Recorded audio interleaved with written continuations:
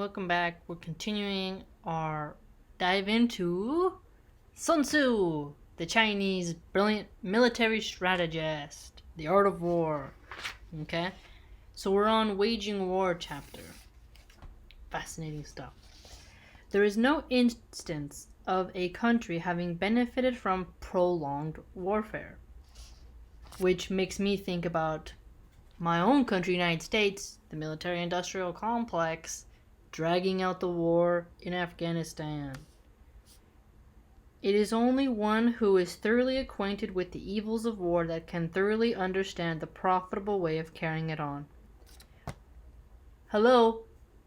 That is why I think the leader of the United States should have at least some, military experience, or at least, for sure, some of the best generals on his team. Not warhawks, but people who actually know the cost and don't really want to bathe in the blood of soldiers and civilians, like Dick Cheney and George Bush. The skillful soldier does not raise a second levy, neither are his supply wagons loaded more than twice. So a levee, that's what holds the banks of a river from overflowing. It keeps it structured and lets the river flow. So basically, what I take from this is when he says you don't load the wagon twice, do it right the first time and know what it is you're planning for. Brilliant. Bring war material with you from home, but forage on the enemy. Thus, the army will have food enough for its needs. Dang! Sun Tzu's coming with the wisdom. Poverty of the state, Eschwicker, causes an army to be maintained by contributions from a distance. Contributing to maintain an army at a distance causes the people to be impoverished. Interesting, hold on. Contributing to maintain an army, so funding an army at a long distance causes the people of the nation to be poorer. I believe that is very true.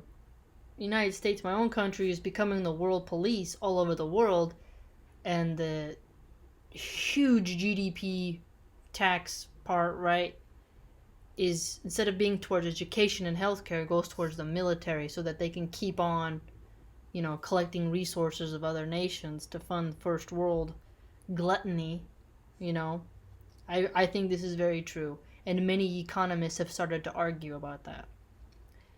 On the other hand, the proximity of an army causes prices to go up, and high prices cause the people's subsistence to be drained away. Could that mean, let's think of an example. So, if the enemy is so inside your city, it will cause a lot of taxes to rebuild what has been destroyed.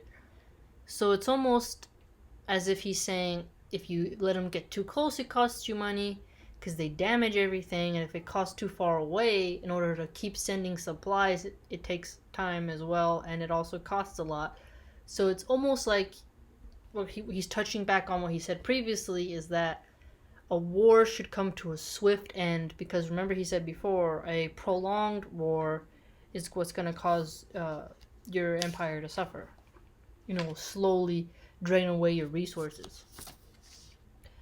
When their subsistence is drained away, the peasantry will be afflicted by heavy exactions. I just said that. Exactions as in taxes, right? The common people who are like in the United States, right, who are funding the military-industrial complex, their substance drain away, as in what they can afford to buy and how much their labor is worth. Very cool.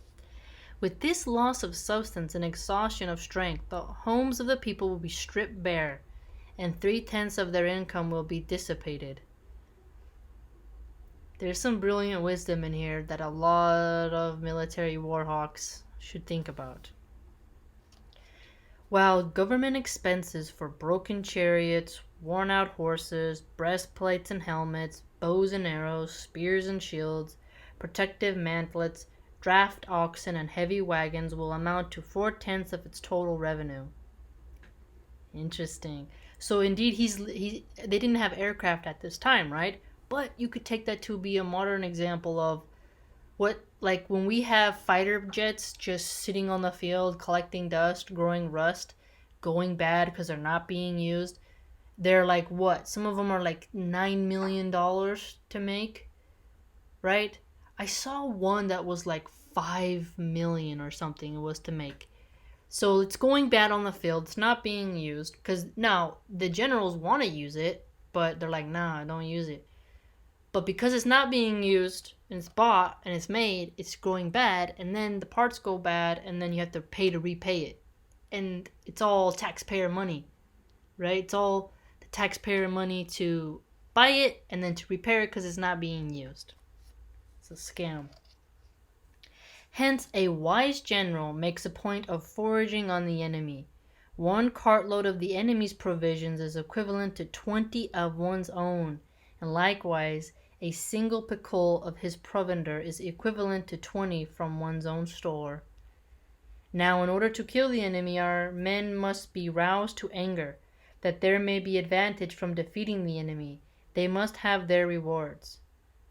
Therefore, in chariot fighting, when 10 or more chariots have been taken, those should be rewarded who took the first.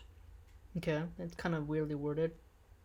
Our own flag should be substituted for those of the enemy, and the chariots mingled and used in conjunction with ours.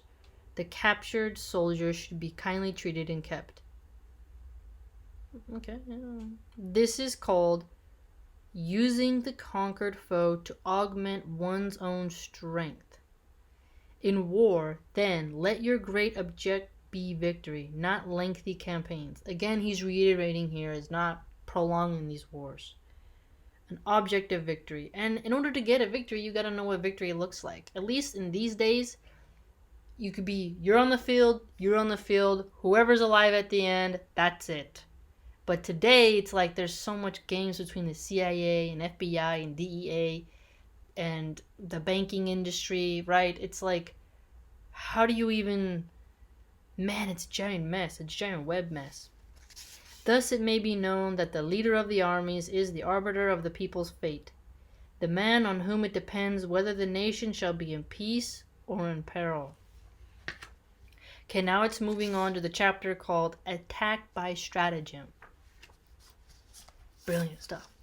Sun Tzu said, "In the practical art of war, the best thing of all is to take the enemy's country whole and intact. To shatter and destroy it is no good. So too is it better to recapture an army entire than to destroy it. To capture a regiment, a detachment, or a company entire than to destroy them."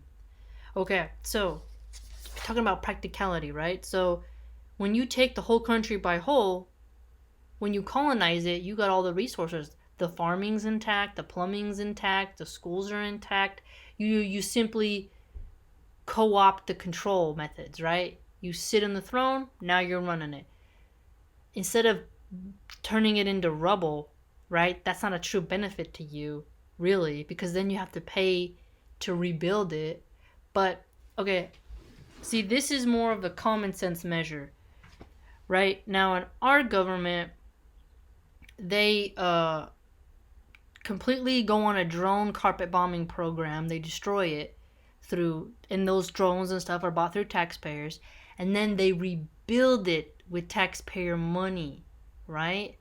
So the people in charge of spending all Americans' money are pocketing so much of it of their own, right?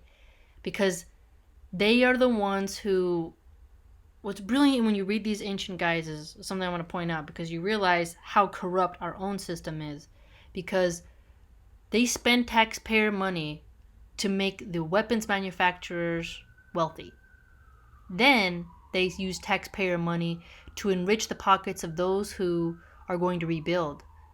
Both of those sides, the destroyers and the rebuilders, are making money off of taxpayers and their buddies, and they're all in it together. See, that's why so many people now are waking up. But once they give you films like Zero Dark 30 and that the guy who was a famous Chris Kyle, yeah. When they give you these type of people to worship, then they can continue to send you overseas and totally let you be a puppet in their giant game. I mean, it's brilliant. I mean, there's so much wisdom in the past that we don't read and we don't look at, and if we did, we wouldn't be such fools today. This is why I like Sun Tzu so much. Hence, to fight and conquer in all your battles is not supreme excellence. Supreme excellence consists in breaking the enemy's resistance without fighting. So, again, he touches on the strategy, right? Using cleverness to defeat your enemy. Not just pure blunt force and complete destruction. Thus, the highest form of generalship is to balk the enemy's plans. The next best is to prevent the junction of the enemy's forces. The junction meaning the union of the forces. So what would that mean to me is that what he's talking about, if you, remember, I don't know if you've been watching my Gallic Wars, but in Julius Caesar's, one of his brilliant tactics was when all these different armies were going to come together to unite against him, you make sure that they can never unite, right? So when they're saying junction means to come together. So if you got 3 armies marching to you, you need to make sure those 3 armies cannot unify against you, to pick them off one by one, to destroy them, and not ever let them get to each other, prevent them from it, whichever means that means, right? Like, let's say there's a bridge, and you get rid of the bridge so that they have a more difficult time to get to their other army that they're supposed to team up with, right? Brilliant stuff. Brilliant. The next in order is to attack the enemy's army in the field, and the worst policy of all is to besiege walled cities. The rule is not to besiege walled cities if it can possibly be avoided. The preparation of mantelets, movable shelters, and various implements of war will take up 3 whole months. Maybe then, but definitely not now, because I read, what was it? During World War II, the United States, because of the steel industry, made so many tanks that when Hitler lost a tank, it hurt the German army more because they couldn't and they couldn't manufacture their own tanks very well. And Japan, when they were allied with Germany, couldn't produce tanks as the high rate as the United States. And I remember hearing and reading when the United States had a tank get destroyed, they could just have another one pull up right after it, and the soldiers would get out and go into the other tank because they had so much manufacturing in during World War II. So, wow. I mean, so when he's talking about, at least in previous times, manufacturing weapons and not just weapons, but tools, right? Wagon trains and all that, whatever that you need, took a long time. Today, it's because of robotics, it's much faster, which also can mean that people become more reckless, right? You're not as conscious to preserve your weapons when you know that when one gets destroyed, you have 200,000 more in the lineup. Fascinating. I mean, he is so much, brilliance here. And then he continues, and the piling up of mounds over against the walls will take 3 months more. So mounds, so the ramparts, okay, so it'll take a while to, the mounds, so that can also mean like hills. If you're trying to take a wall down and there's like a mound of dirt, to remove it, to remove broken things will take time. That's very interesting. What do you think, family? Brilliant stuff.